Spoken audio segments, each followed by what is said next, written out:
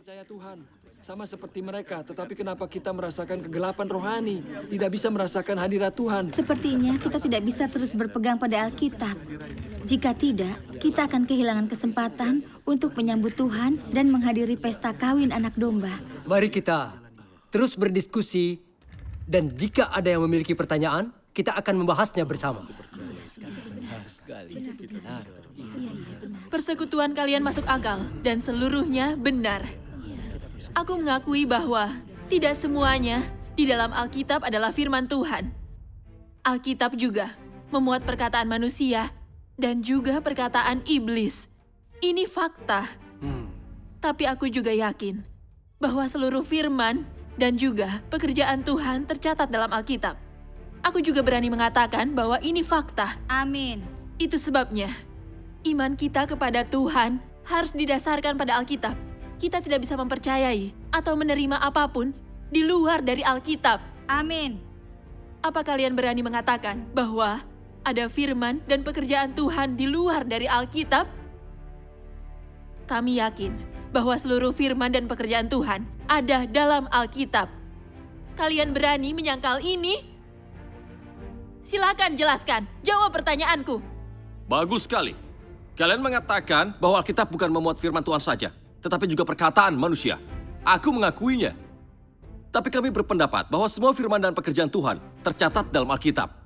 Tidak ada firman dan pekerjaan Tuhan di luar Alkitab. Amin. Itu sebabnya iman kita kepada Tuhan harus didasarkan pada Alkitab. Amin. Apa itu salah?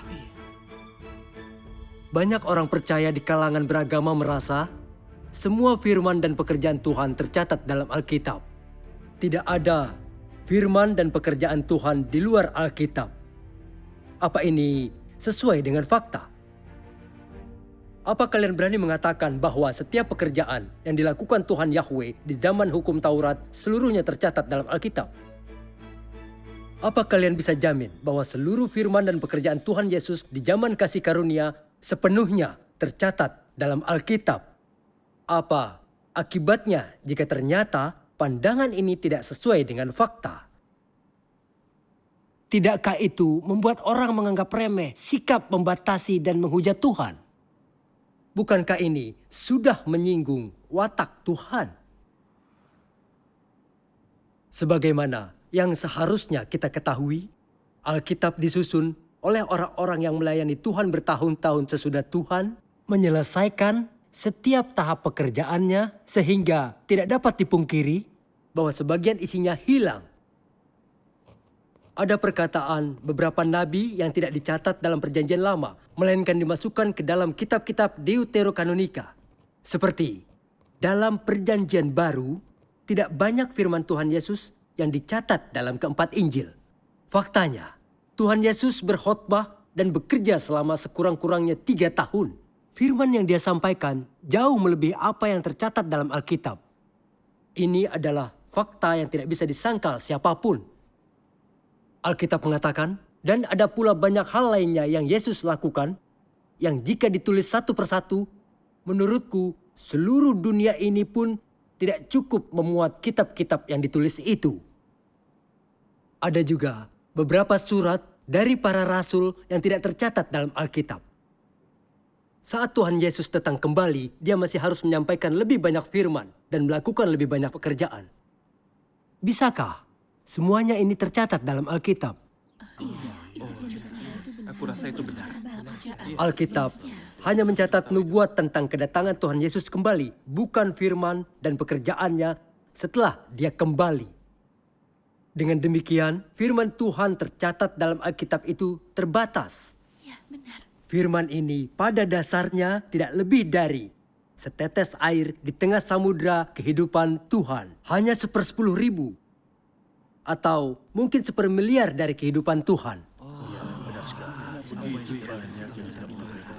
Alkitab mengatakan bahwa jika seluruh firman dan pekerjaan Tuhan Yesus harus ditulis, dunia pun tidak akan mampu menampung seluruh buku ini. Namun kita mengklaim bahwa tidak ada lagi di luar Alkitab. Apa itu bukan kebohongan terang-terangan?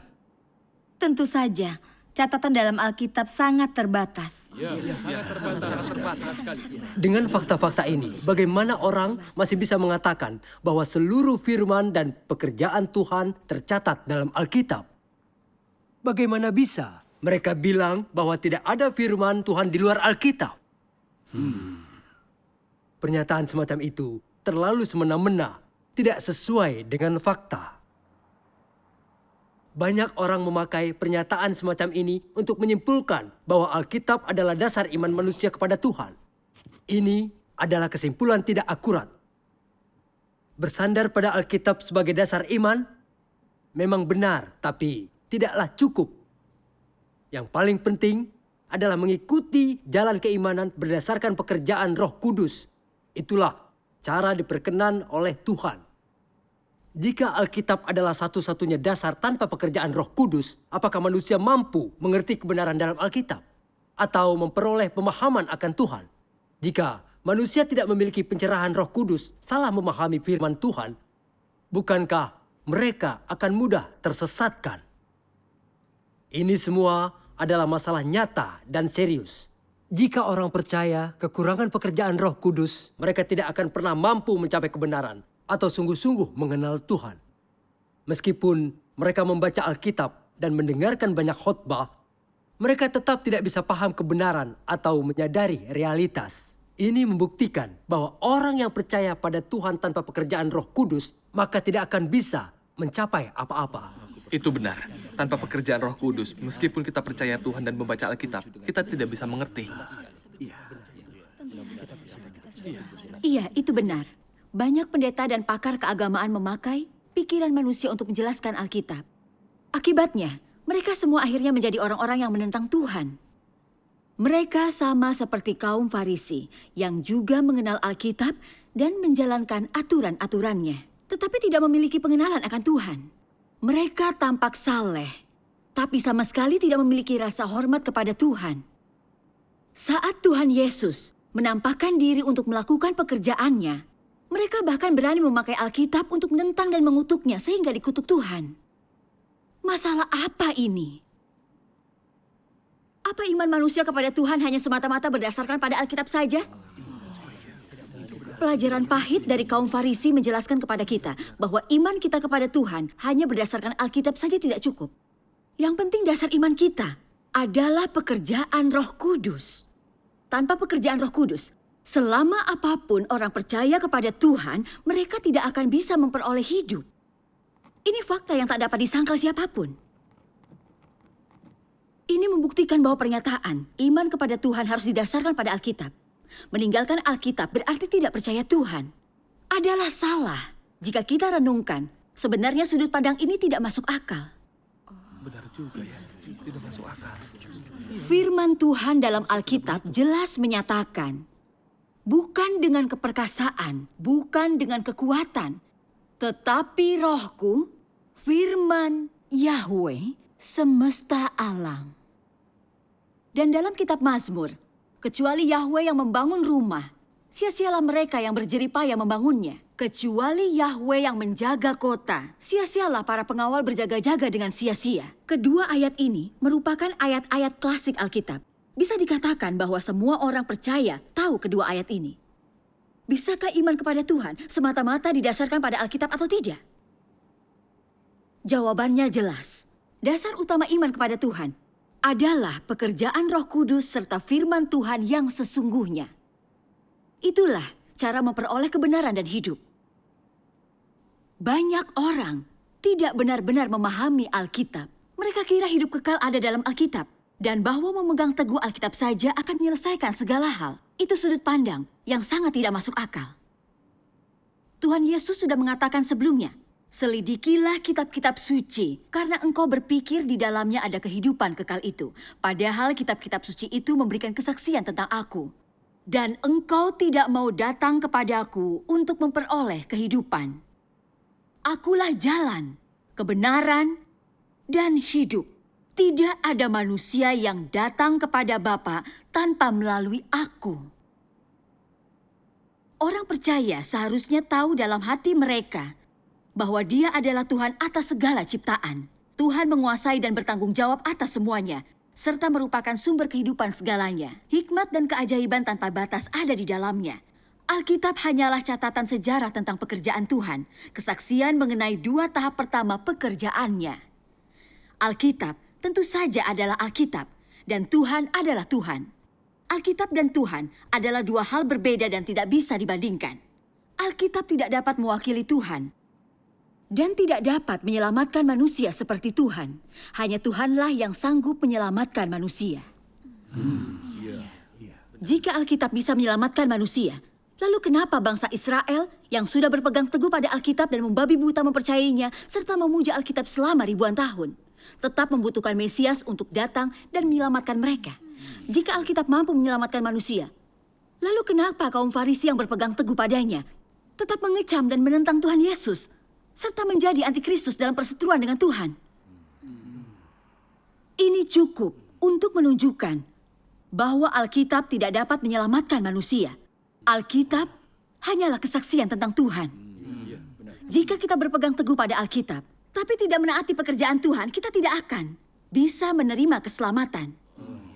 Karena kita percaya kepada Tuhan, kita harus menaati pekerjaan Tuhan, serta mengalami dan melakukan firman Tuhan, agar kita dapat menerima pekerjaan Roh Kudus serta memperoleh kebenaran dan hidup. Ya, benar sekali. Benar. Jadi, inilah sebabnya kenapa Alkitab hanya dapat digunakan sebagai rujukan iman kita kepada Tuhan dan tidak bisa jadi satu-satunya dasar.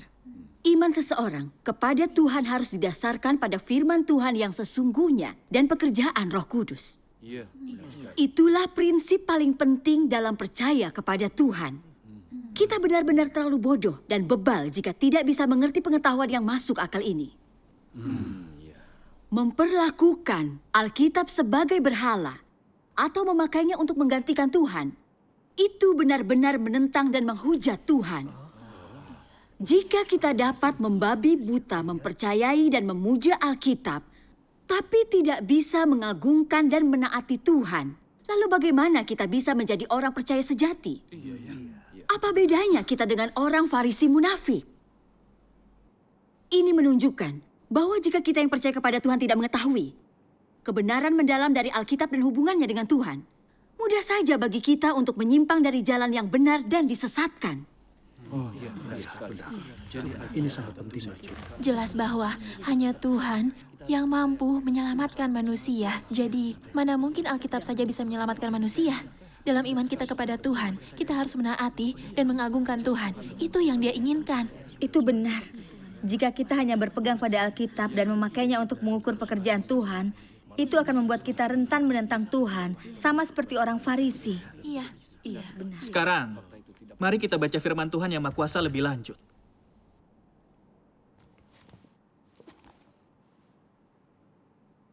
Tuhan yang Maha Kuasa berkata, Alkitab tidak lebih dari catatan sejarah tentang pekerjaan Tuhan, dan bukti atas 2 tahap pekerjaan Tuhan sebelumnya.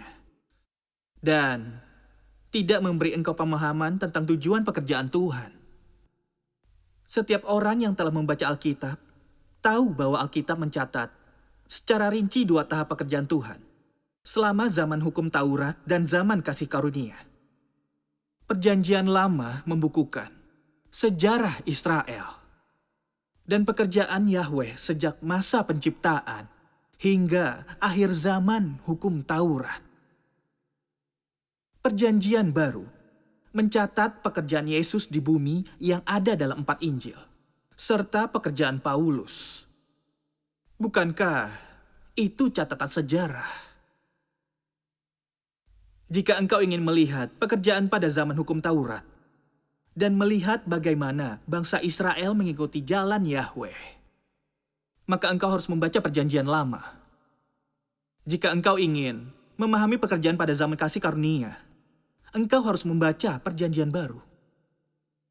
Tetapi, bagaimana jika engkau ingin melihat pekerjaan pada akhir zaman? Engkau harus menerima kepemimpinan Tuhan pada zaman sekarang dan memasuki pekerjaan pada zaman ini. Karena inilah pekerjaan yang baru itu yang belum pernah tercatat dalam Alkitab.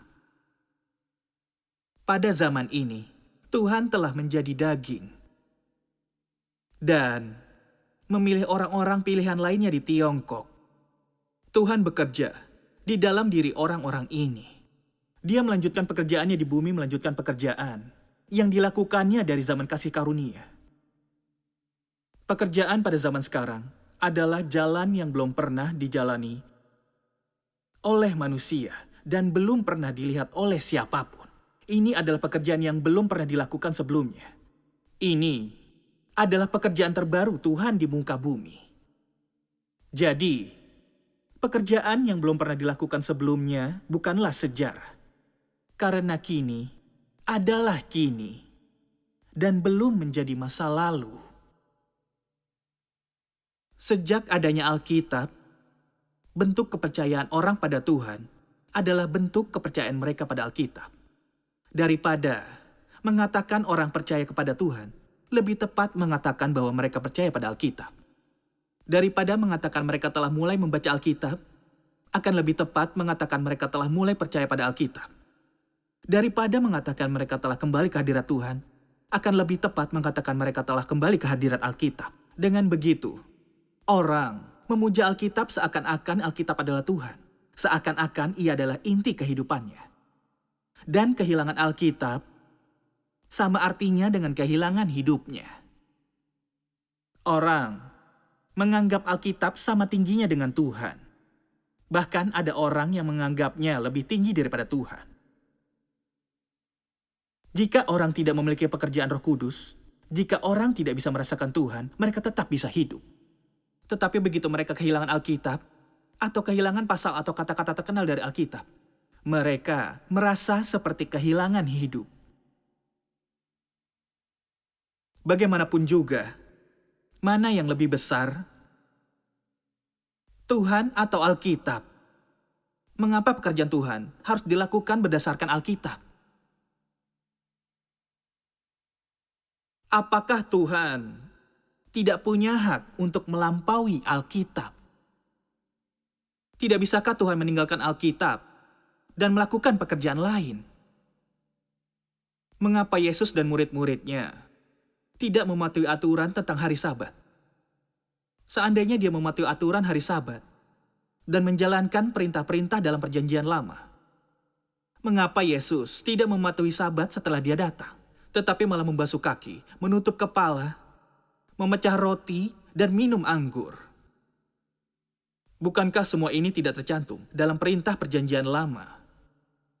Jika Yesus menghormati perjanjian lama, mengapa dia melanggar doktrin-doktrin ini? Engkau harus tahu mana yang terdahulu, Tuhan atau Alkitab. Sebagai Tuhan dari hari Sabat, tidak bisakah dia juga menjadi Tuhan atas Alkitab? Aku sendiri mengalami Firman Tuhan yang maha kuasa mengungkapkannya dengan akurat. Sekarang mari kita baca bagian lain. Mari kita lihat di sini. Boleh aku bacakan? Boleh. Tuhan yang Maha Kuasa berkata, ini karena Alkitab mengikuti beberapa ribu tahun sejarah manusia. Dan seluruh manusia memperlakukannya seperti Tuhan. Sampai di titik di mana manusia di akhir zaman menggantikan Tuhan dengan Alkitab. Ini adalah sesuatu yang Tuhan sangat benci. Jadi dalam waktu luangnya, dia harus mengklarifikasi kisah di balik Alkitab dan asal-usul Alkitab. Jika tidak, Alkitab akan terus menggantikan tempat Tuhan dalam hati manusia. Dan mereka akan mengukur dan mengutuk tindakan Tuhan berdasarkan firman di Alkitab. Penjelasan Tuhan tentang hakikat, konstruksi, dan kelemahan Alkitab. Sama sekali bukan untuk menyangkal keberadaan Alkitab ataupun mengutuki Alkitab. Sebaliknya, ini memberikan penjelasan yang perlu dan masuk akal, memulihkan gambaran asli Alkitab, dan mengoreksi kesalahpahaman manusia terhadap Alkitab, sehingga semua orang memiliki cara pandang yang benar terhadap Alkitab. Tidak lagi menyembahnya, dan tidak lagi tersesat. Mereka dengan keliru beriman buta kepada Alkitab seakan mempercayai dan menyembah Tuhan. Dan bahkan mereka tidak berani untuk melihat latar belakang asli dan kelemahan Alkitab. Jika manusia tidak mampu lepas dari jerat Alkitab, mereka tidak akan pernah mampu datang di hadapan Tuhan. Jika mereka ingin datang di hadapan Tuhan, mereka pertama-tama harus membersihkan hati mereka dari apapun yang bisa menggantikan tempatnya. Sehingga dengan demikian Tuhan akan dipuaskan. Walaupun Tuhan hanya menjelaskan Alkitab di sini, jangan lupa bahwa ada banyak kekeliruan yang manusia benar-benar sembah selain Alkitab. Justru yang mereka tidak sembah adalah hal-hal yang benar-benar datang dari Tuhan. Tuhan hanya menggunakan Alkitab sebagai contoh untuk mengingatkan semua orang untuk tidak mengambil jalan yang salah dan tidak melakukan tindakan ekstrim lagi dan jatuh ke dalam kebingungan ketika mereka percaya kepada Tuhan dan menerima firman-Nya. Kita berhenti baca di sini. Ya, Tuhan yang Maha Kuasa sudah menjelaskan kebenaran mendalam dari Alkitab dengan begitu jelas. Tuhan adalah Sang Pencipta, Tuhan yang nyata dan hidup. Alkitab adalah kitab sejarah yang mencatat pekerjaan Tuhan di masa lalu. Mana bisa dibandingkan dengan Tuhan? Alkitab hanya mencatat pekerjaan dan firman Tuhan dalam 2 tahap pertama. Mana mungkin firman dan pekerjaannya di akhir zaman secara otomatis muncul dalam Alkitab. Selama bertahun-tahun, aku percaya kepada Tuhan. Bagaimana mungkin aku tidak menyadari ini? Aku memperlakukan Tuhan dan Alkitab setara. Mengira bahwa iman kepada Tuhan harus didasarkan pada Alkitab. Sekarang aku menyadari bahwa pemikiran ini tidak masuk akal. Hingga sekarang imanku kepada Tuhan begitu kabur. Andai aku tidak mendengar firman Tuhan yang Maha Kuasa, aku tidak akan pernah tahu hubungan antara Tuhan dan Alkitab. Benar sekali. Firman Tuhan yang Maha Kuasa betul-betul seluruh kebenaran. Firman Tuhan yang Maha Kuasa dengan jelas mengungkapkan bahwa Alkitab hanyalah kesaksian tentang Tuhan, catatan mengenai 2 tahap pertama dari pekerjaannya yang besar. Nilai dan keagungan Alkitab terletak dalam firman Tuhan dalam 2 tahap pertama pekerjaannya yang tertulis di dalamnya. Ini membuat seluruh umat manusia mengerti tentang cara Tuhan menciptakan segala sesuatu lewat firman Tuhan dalam Alkitab. Caranya menciptakan manusia, membimbing manusia, dan menebus manusia, membantu orang mencapai pemahaman tertentu akan Tuhan. Banyak orang berpaling kepada Tuhan berkat catatan yang tertulis dalam Alkitab. Mereka tidak saja menerima bahwa Tuhan menciptakan segala sesuatu, tapi juga lapar akan firman Tuhan dan mencari jejak langkah Tuhan. Inilah pertumbuhan yang didatangkan Alkitab bagi manusia, dan disinilah letak nilai Alkitab. Tetapi, meski begitu, pekerjaan Tuhan selalu maju. Keselamatan manusia belum dicapai setelah 2 tahap pertama dari pekerjaan Tuhan selesai. Rencana pengelolaan Tuhan mencakup 3 tahap pekerjaan. Jika kita berpegang teguh pada Alkitab, namun menolak pekerjaan Tuhan di akhir zaman di luar Alkitab, itu kerugian besar. Pekerjaan Tuhan untuk menahirkan, menyelamatkan, dan menyempurnakan seluruh umat manusia. Sebagian besar dicapai melalui pekerjaan penghakimannya di akhir zaman. Itu sebabnya, seluruh kebenaran yang disampaikan Tuhan selama akhir zaman sangat penting bagi keselamatan, penyucian, dan masuknya kita ke kerajaan surga. Kenapa Tuhan Yesus bernubuat bahwa saat Dia datang kembali, setiap orang yang menerimanya akan dapat menghadiri pesta kawin? Tuhan berfirman, berbahagialah mereka yang diundang ke pesta kawin anak domba. Lihatlah, aku berdiri di pintu dan mengetuk. Kalau ada orang yang mendengar suaraku dan membuka pintu itu, aku akan datang masuk kepadanya. dan bersantap dengannya dia bersamaku. Kita semua tahu pasti bahwa pesta kawin ini berarti Tuhan sepenuhnya memenangkan dan menyempurnakan manusia. Menjadikan manusia sepemikiran dengannya, tak terpisahkan lagi. Inilah sebabnya Tuhan yang Maha Kuasa di akhir zaman menyampaikan kebenaran seutuhnya untuk menyucikan dan juga menyelamatkan manusia. Mereka yang menerima dan taat setelah mendengar suara Tuhan adalah benar-benar gadis bijaksana. Mereka diangkat ke hadapan tahta, menghadiri pesta kawin anak domba, dan menikmati air kehidupan yang mengalir dari tahta Tuhan. Lewat mengalami penghakiman dan pentahiran Tuhan di akhir zaman, mereka akan lepas dari belenggu dosa untuk menerima perubahan dan dijadikan pemenang oleh Tuhan. Merekalah orang-orang yang paling diberkati. Mereka jugalah yang akan menerima hidup kekal dan masuk kerajaan surga. Oh iya, Ya, Tuhan sedang memulai pekerjaan baru. Iya. Iya, jika kita hanya berpegang pada 2 tahap pertama dari pekerjaan Tuhan dalam Alkitab, dan tidak menerima pekerjaan penghakiman Tuhan yang Maha Kuasa di akhir zaman, maka hidup kita hanya akan melakukan dosa di siang hari dan mengakuinya di malam hari. Kita semua akan tetap menentang dan memberontak kepada Tuhan, dan tidak akan menjadi sepadan dengannya. Jika kita tidak pernah mencapai penyucian dan juga keselamatan, bagaimana kita bisa masuk ke dalam kerajaan surga? Ini benar, bukan? Itu sebabnya, jika kita orang percaya, ingin disucikan, dan dibawa masuk ke kerajaan surga, kita harus menerima penghakiman Tuhan yang Maha Kuasa di akhir zaman dan meninggalkan Alkitab. Maka kita dapat menerima pekerjaan Roh Kudus dan memperoleh kebenaran, menanggalkan watak kita yang rusak, dan menjadi umat yang berkenan di hati Tuhan, yang dapat memasuki kerajaan surga dan memperoleh hidup kekal. Tampaknya memang menerima pekerjaan Tuhan yang Maha Kuasa di akhir zaman berarti dibawa ke hadapan tahta Tuhan untuk menghadiri pesta kawin anak domba. Ya, itu benar. Rahasia yang luar biasa.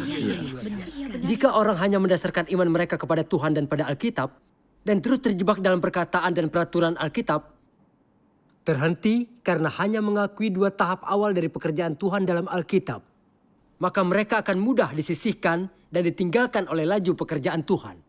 Sehingga mereka kehilangan kesempatan untuk ditahirkan, diselamatkan, dan disempurnakan oleh Tuhan di akhir zaman. Ini akan sepenuhnya memisahkan mereka dari pekerjaan keselamatan Tuhan. Upaya mereka jadi sia-sia. Mereka semua akan dilenyapkan oleh Tuhan. Di mata Tuhan, mereka orang-orang yang mengkhianatinya. Dan mereka semua adalah orang-orang tidak percaya yang disamakan dengan pembuat kejahatan. Akhirnya, mereka semua sama seperti kaum Farisi zaman dahulu yang dikutuk dan dihukum oleh Tuhan karena keras kepala dan memegang teguh perjanjian lama serta menentang dan mengutuk Tuhan Yesus. Tuhan Yesus berfirman, "Bukan setiap orang yang memanggilku Tuhan, Tuhan yang akan masuk ke dalam kerajaan surga, melainkan dia yang melakukan kehendak Bapa-Ku yang di surga. Banyak orang akan berkata kepadaku di hari itu kelak, Tuhan, Tuhan, bukankah kami telah bernubuat demi nama-Mu, telah mengusir setan-setan demi nama-Mu, dan melakukan banyak pekerjaan ajaib demi nama-Mu? Saat itu, aku akan menyatakan kepada mereka, aku tidak pernah mengenal-Mu. Pergilah daripadaku, engkau yang melakukan kejahatan." Sudah jelas, inilah akibatnya bagi mereka yang memegang teguh Alkitab dan menolak untuk menerima pekerjaan Tuhan di akhir zaman. Sebelumnya, kita mengira bahwa selama kita mendasarkan iman kita kepada Tuhan atas Alkitab, kita pasti dibawa masuk ke kerajaan surga. Ternyata pandangan ini salah. Itu benar-benar salah. Mari kita cermati lagi firman Tuhan yang Maha Kuasa. Silakan perhatikan layar. Tuhan yang Maha Kuasa berkata, Kristus akhir zaman membawa kehidupan dan membawa jalan kebenaran yang abadi dan tidak berkesudahan. Kebenaran ini adalah jalan yang memungkinkan manusia memperoleh kehidupan dan satu-satunya jalan untuk manusia mengenal Tuhan dan menjadi berkenan di hadapan Tuhan. Apabila engkau tidak mencari jalan kehidupan yang disediakan Kristus akhir zaman, engkau tidak akan pernah berkenan di hadapan Yesus dan tidak akan pernah memenuhi syarat untuk memasuki gerbang kerajaan surga. Karena engkau sekalian adalah boneka dan tawanan sejarah. Mereka yang dikendalikan oleh peraturan-peraturan, oleh pesan tertulis, dan terbelenggu oleh sejarah tidak akan pernah memperoleh kehidupan, dan tidak akan pernah mendapatkan jalan hidup yang kekal.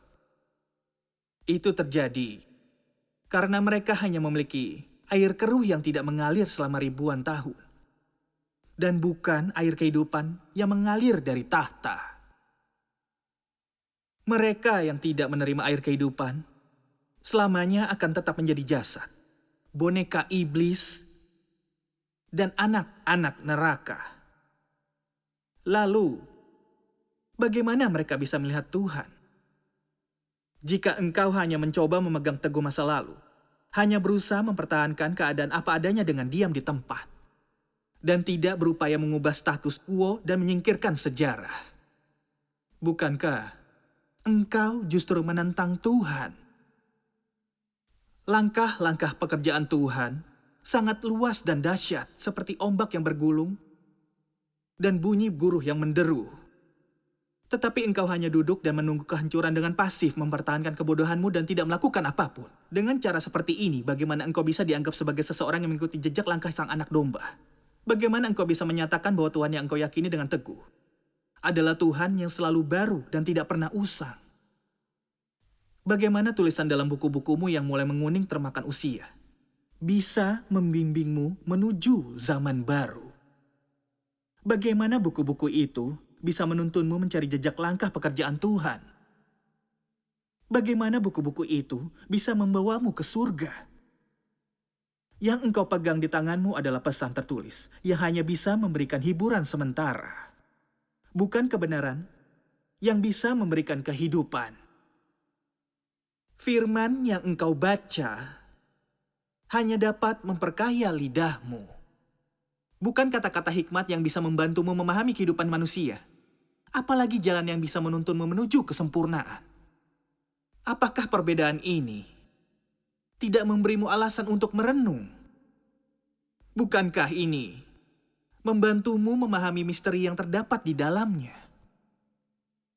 Mampukah engkau membawa dirimu ke surga untuk bertemu Tuhan dengan caramu sendiri? Tanpa kedatangan Tuhan, bisakah engkau sekalian membawa dirimu ke surga untuk menikmati kebahagiaan keluarga bersama Tuhan? Apakah sekarang engkau sekalian masih bermimpi? Jika demikian, aku menyarankan agar engkau sekalian berhenti bermimpi dan menyaksikan siapa yang sedang bekerja, melihat siapa yang sedang melakukan pekerjaan menyelamatkan manusia pada akhir zaman. Kalau engkau sekalian tidak melakukan itu, engkau tidak akan bisa menemukan kebenaran dan tidak akan memperoleh kehidupan. Berhenti dulu di sini. Aku jadi lebih paham setelah mendengar firman Tuhan yang Maha Kuasa dan persekutuan kalian. Tidak mustahil bagi orang percaya untuk meninggalkan Alkitab. Tetapi mereka tidak akan bisa meninggalkan Tuhan. Meninggalkan Tuhan berarti menjadi layu, kering, dan akhirnya mati. Selama bertahun-tahun, aku sudah ditipu pendeta, sehingga aku berpegang teguh pada Alkitab dan menolak untuk menerima pekerjaan Tuhan yang Maha Kuasa di akhir zaman. Aku jatuh ke dalam kegelapan, tidak mampu merasakan hadirat Tuhan, tidak bisa menerima cahaya selagi membaca Alkitab. Rohku semakin lama semakin gelap. Aku hanya bisa berdosa dan menentang Tuhan.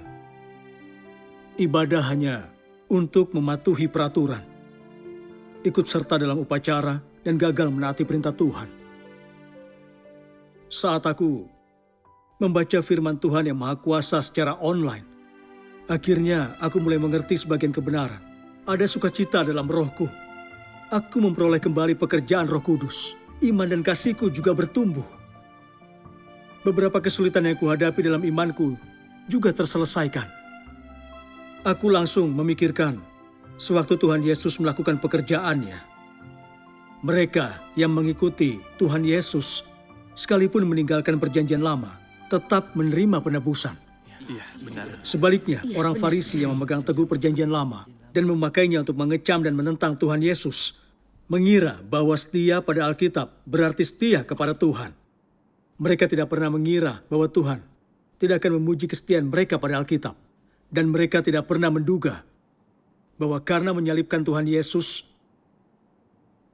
mereka malah dikutuk dan dihukum Tuhan. Para pendeta zaman sekarang, sama seperti kaum Farisi, tafsiran mereka atas Alkitab bersifat harfiah dan di luar konteks. Itu sebabnya mereka mengecam dan menentang Tuhan yang Maha Kuasa. Dan mereka menyebarkan pandangan yang salah untuk menipu kita. Mengatakan bahwa percaya kepada Tuhan berarti percaya pada Alkitab, maka meninggalkan Alkitab adalah kesesatan dan pengkhianatan terhadap Tuhan, sehingga mencegah kita mencari dan menyelidiki jalan yang benar. Bukankah ini bersaing dengan Tuhan yang Maha Kuasa, Kristus di akhir zaman? Kita umat Tuhan harus memperlakukan Alkitab dengan benar. Kita harus mematahkan belenggu dan kendali kaum Farisi dan mengikuti pekerjaan Tuhan di akhir zaman untuk menerima jalan hidup kekal yang dikaruniakan Tuhan. Jadi, kita bisa memperoleh kebenaran, mengenal Tuhan, dan taat kepadanya, serta memenuhi syarat untuk menerima janji Tuhan. Amin. Iya, benar. Kita pantas menerima itu. Itu benar. Selama bertahun-tahun, kita ditipu dan dikendalikan oleh teori palsu dari pendeta, bahwa iman pada Alkitab berarti iman kepada Tuhan, dan meninggalkan Alkitab berarti tidak percaya akan Tuhan. Itu sebabnya kita terus menyangkal dan menolak pekerjaan Tuhan yang Maha Kuasa di akhir zaman. Pantas saja kita tidak bisa merasakan pekerjaan Roh Kudus dan roh kita menjadi gelap sekalipun kita membaca Alkitab setiap hari. Kita kehilangan koneksi dengan pekerjaan Tuhan di akhir zaman dan memutuskan hubungan kita dengannya. Kehilangan aliran air kehidupan yang menghidupkan dari Tuhan. Kini aku mengerti bahwa Alkitab tidak lebih dari catatan pekerjaan Tuhan di masa lalu. Alkitab tidak bisa mewakili Tuhan, maupun menggantikan Tuhan dan memberi keselamatan. Kita harus bisa membedakan percaya kepada Tuhan, sama sekali bukan percaya pada Alkitab. Kita harus menerima pekerjaan Tuhan di akhir zaman. Jika tidak, kita akan sepenuhnya ditinggalkan oleh pekerjaan Tuhan. Iya, benar. Kita tidak akan bisa berbuat apa-apa selain meratap dan menggertakkan gigi dalam kegelapan. Benar, hanya Tuhanlah sumber kehidupan manusia. Kita bisa meninggalkan Alkitab, tapi jika kita meninggalkan Tuhan, kita kehilangan aliran kehidupan Tuhan. Lalu bagaimana? Apa roh kita akan jadi gelap dan layu?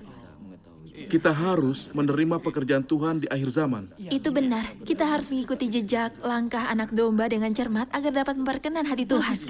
Iya.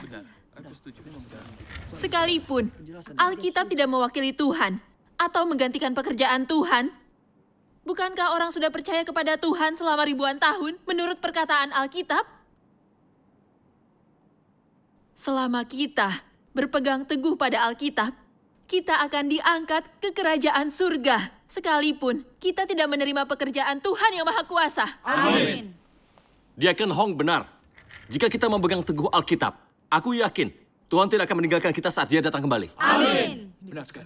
Aku jadi merasa bingung sekali. Kebenaran sudah diterangkan sejelas mungkin. Bagaimana kalian tetap bersikeras menolaknya dan memegang teguh Alkitab? Siapa yang lebih besar, Alkitab atau Tuhan? Bisakah Alkitab menyelamatkan kalian atau Tuhanlah yang mampu menyelamatkan kalian? Kalian percaya kepada Alkitab atau Tuhan? Masa kalian belum mengerti juga? Diakon Choi, kenapa kau? Iya, kau harus betul-betul mempertimbangkan kata-katamu. Apakah kegagalan kaum Farisi bukan pelajaran penting?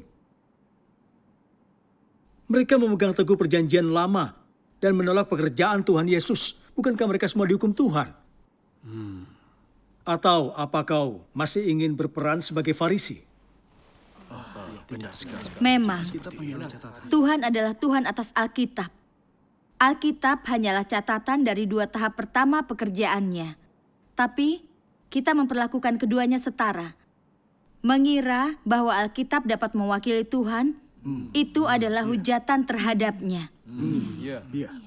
Untunglah aku membaca firman Tuhan yang Maha Kuasa hari ini dan menyadari bahwa karena kita percaya kepada Tuhan, kita justru harus mengagungkan Tuhan dan menaati pekerjaan Tuhan serta menerima pekerjaan penghakiman Tuhan yang Maha Kuasa di akhir zaman tanpa keraguan atau keberatan apapun, sehingga kita dapat mencapai kebenaran dan menerima kehidupan. Amin. Jika tidak, kita akan terus tunduk pada tipuan pendeta, membabi buta memuja Alkitab. Kita bahkan tidak akan sadar bahwa kita menentang sekaligus mengutuk Tuhan. Iya, benar. Syukur kepada Tuhan yang Maha Kuasa, karena Dia sudah menyelamatkan kita dari segala tipuan ini. Amin. Segala syukur bagi Tuhan. Persekutuan hari ini sungguh luar biasa. Itu benar. Persekutuan mereka mencerahkan, begitu memuaskan, dan benar-benar memberi kelepasan. Memang benar begitu. Iya.